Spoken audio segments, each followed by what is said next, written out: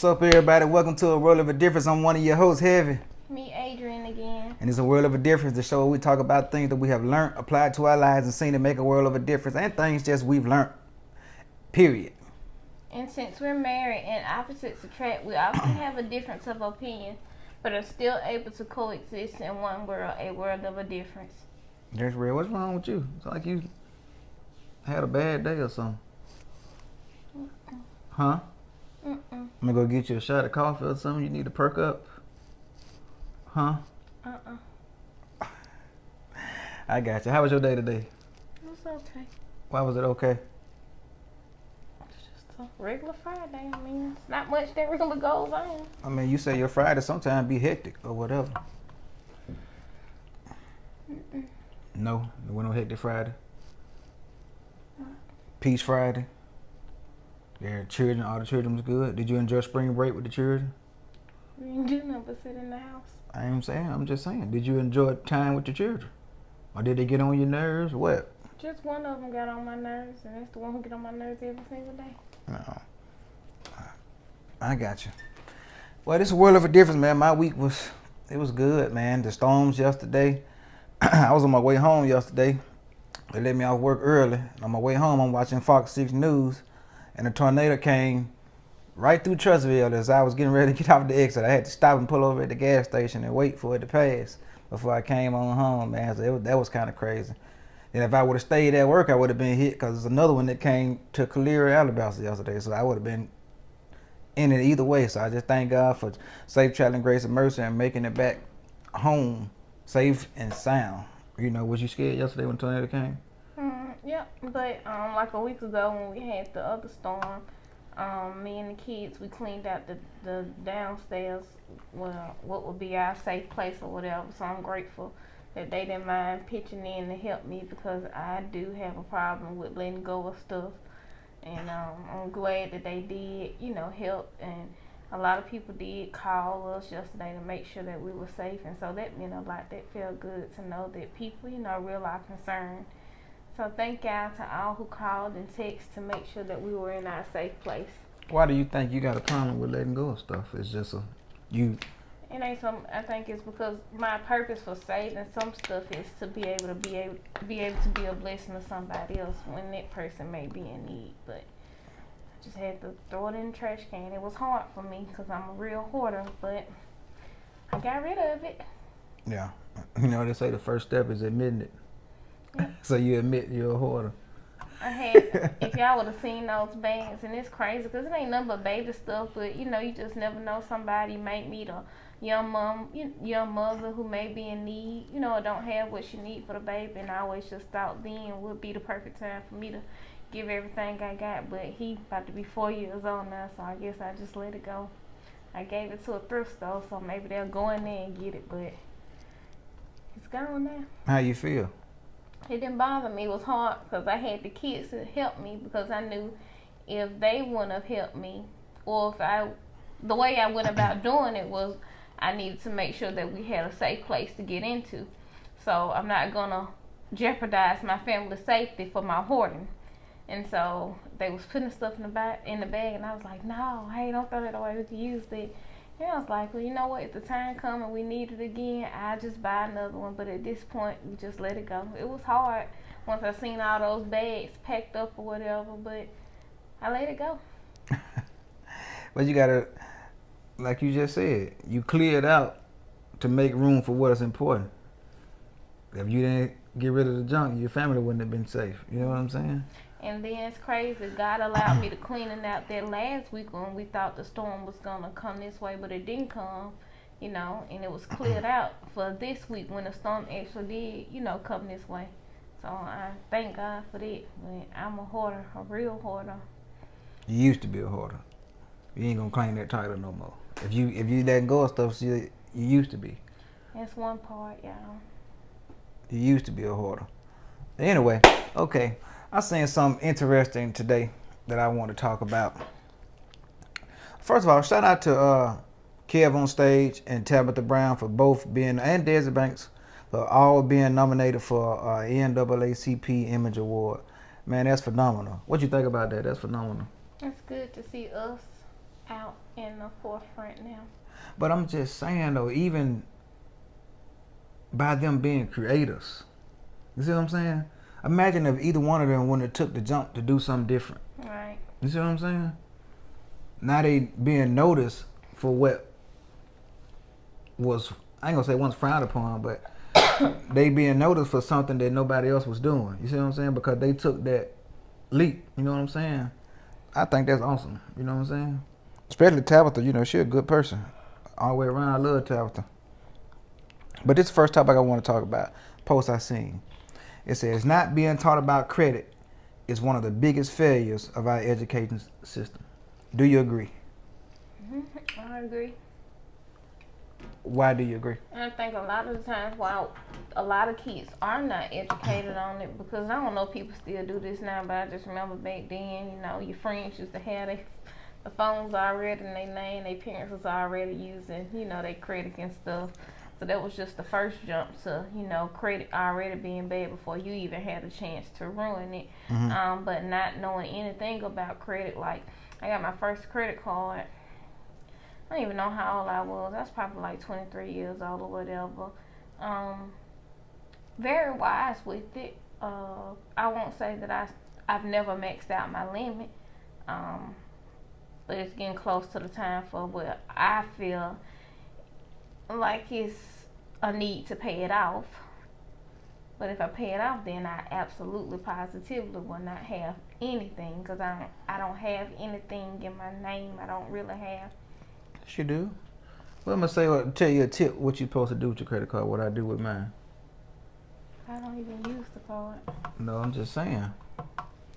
Pay it off every month. Pay it off every month. Pay it off every month. Use it for gas or something. Pay it off in the end of the month. Don't spend what you ain't got. Basically, you get what I'm saying? So if you only got $30 cash, only spend 30. Then pay that 30 right back. You see what I'm saying? Let it stay on for like a week or two, and pay it right back. And pay it back before your Due date. not. But see, this the catch Something though. about the interest. I've been hearing a lot of people Not talk even your about. due date. Your statement date. You see what I'm saying? I don't even get a statement. The statement date. That's what you supposed to pay it before. See, I ain't gonna tell you that, but you pay it before your statement date. That avoids everything. You see what I'm saying? Well, now I learned. Well, now I just pay it a week ahead of time. Now my original date is the 22nd. I pay it before the 22nd and try to get there. I don't never try to pay it on the day of or the day before. I try to pay it a week ahead. Especially when my mind be like, go to the bank and pay your credit card. Right. If they don't, they should give you a friendly phone call. Let me just say, with my statement date is, well, my due date is the 16th. So say for instance, okay, right now, this month was March, next month is April. My due date April the 16th. My statement date was March the 20th.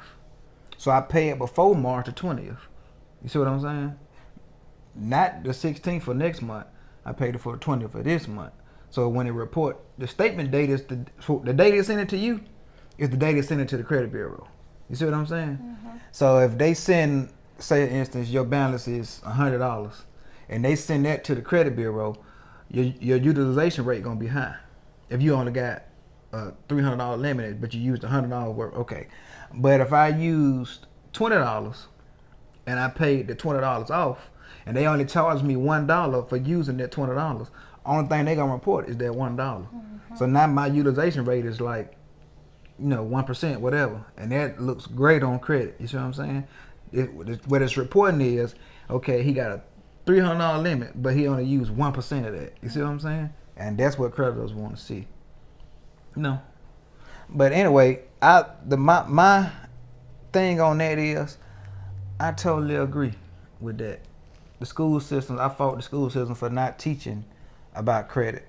And it's interesting that they don't teach you about credit while you're in school, right? Mm-hmm. But as soon as you get to college, the first thing they offer to you. Well, I don't feel like it's the school job. I feel like it's the parents' job. Well, I would agree with that too. But the school teaches driver's ed. They do, but I feel like And the school teaches home ec. I wonder do they still offer that stuff. I heard a lot of people say they don't even offer the basics like that. Stuff like that need to be brought back in school. But I'm just saying, I mean, that's if you can teach. So why is home ec important and driver's ed important, but credit and finance is not? I feel like finances should be something that's taught in the home, especially if you have, and if it's not taught in the home, you should put your family or kids or whomever around somebody who can, you know, get them the basic. I think whatever the school is there to do their job. The parents on their end, they gotta do their job at the end of the day.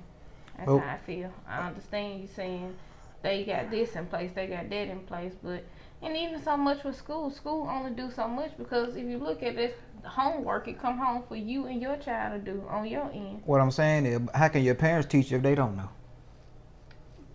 They bad with problem. it, so they can't teach you with it. And that's why I said they should find somebody who's more established or who knows more about credit that could be a help to them. I mean, some people don't have the mind frame. People okay with having bad credit.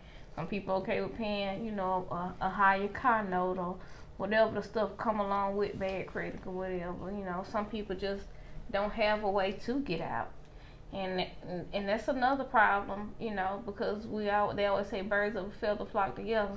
That shouldn't always be the case. Everybody should find somebody that's better than them, that got more money than them, that's more knowledgeable in some areas. Well, in all areas, because I believe everybody can teach somebody something. But if we all sit around with 750 credit scores, the world would never have that. They would never have that because the country thrives off debt. Do you know what fuels the economy? The housing market. The biggest debt you'll ever have. That's what fuels the housing market. So if you're not in debt, America can't thrive. That's why they don't teach you to be self-sufficient. They'd rather have you in the debt because that's what moves the country. You see what I'm saying? So you saying you don't fault the school at all? Oh. School only can teach you so much. Well, why send your children to school if they can only teach you so much? If I had it my way, my kids would have never entered into a school, just being honest. That's just my personal opinion. I don't think that this is just my personal opinion. Nobody should have the right to tell you that you have to send your kids to school or that they cannot miss so many days or you held accountable for them. I guess the new thing is you can be locked up for your kids missing so many days. To me, that's never been right. I've never been fond of your kid have to get this amount of shots to attend school. I mean, to me, it's all crazy. That's just my personal opinion. However, I'm not in the business of homeschooling or whatever, but I've never agreed with the school system.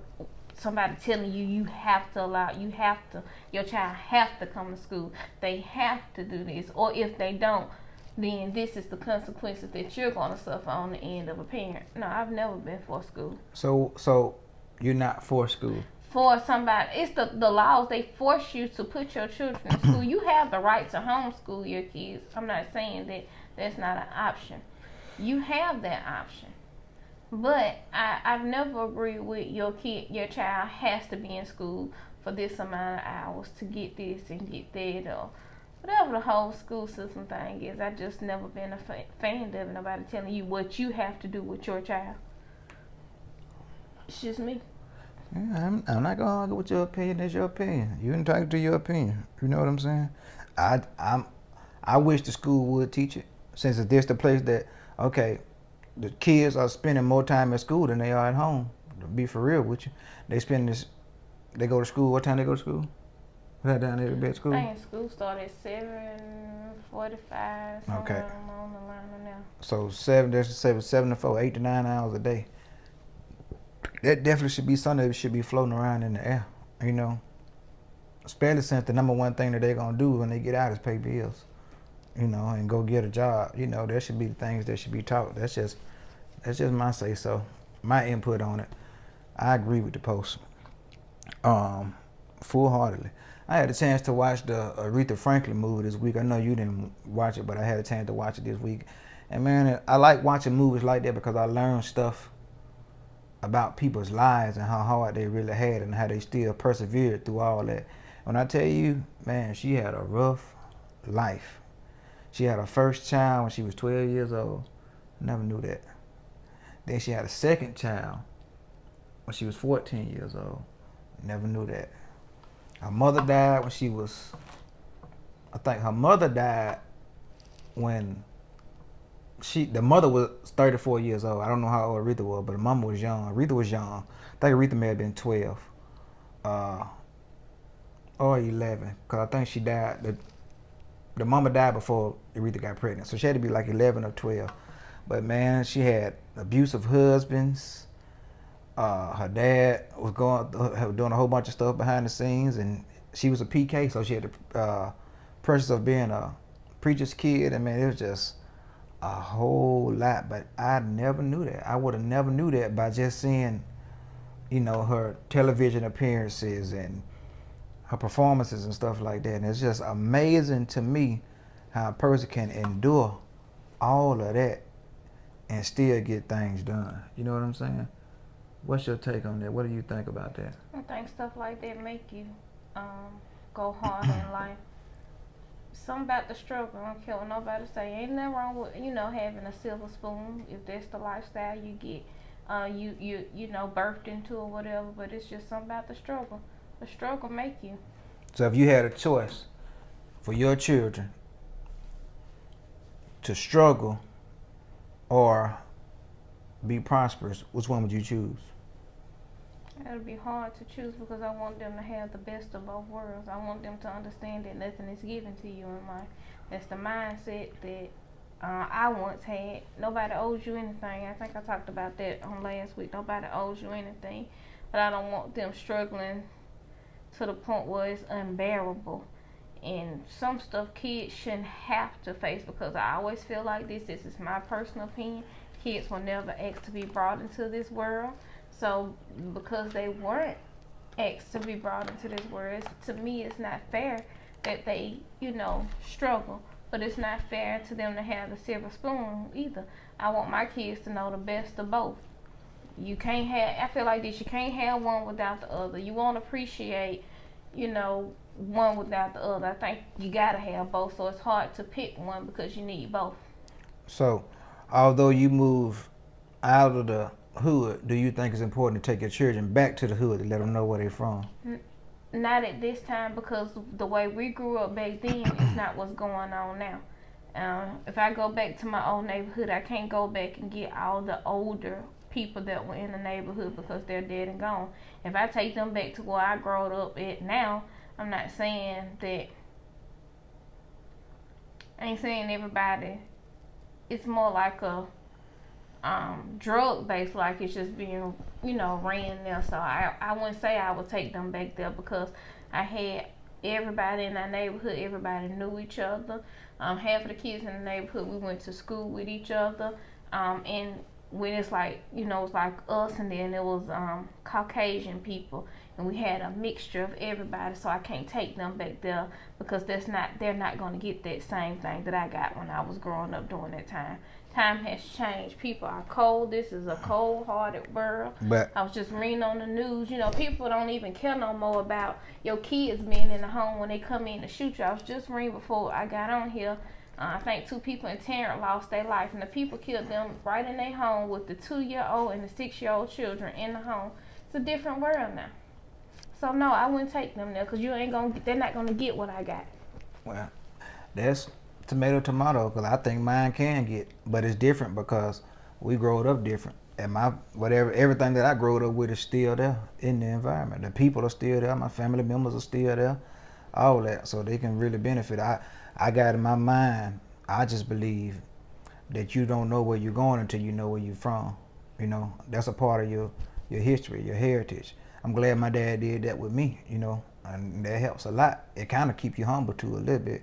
So if you don't never see where your family struggled and their humble beginnings, you just always think that you was entitled, that you was always this way, no. You need to see your family struggle. Your family didn't always have it like that. You know what I'm saying? That's just my personal opinion, but that's just what I believe. That where we different. If I say this show we gonna always agree. We always got different opinions. I'm not gonna say yours wrong and mine's right. I'm not gonna say that, but that's just what I believe in my heart. At the end of the day, I just want to get on, do it quick. I ain't gonna hold everybody up, you know. Just want to get on, speak what I wanted, what I felt. You got anything else you want to say to the people? Okay. Well, y'all, this is a world of a difference. Thank y'all for bearing with us. See y'all next week.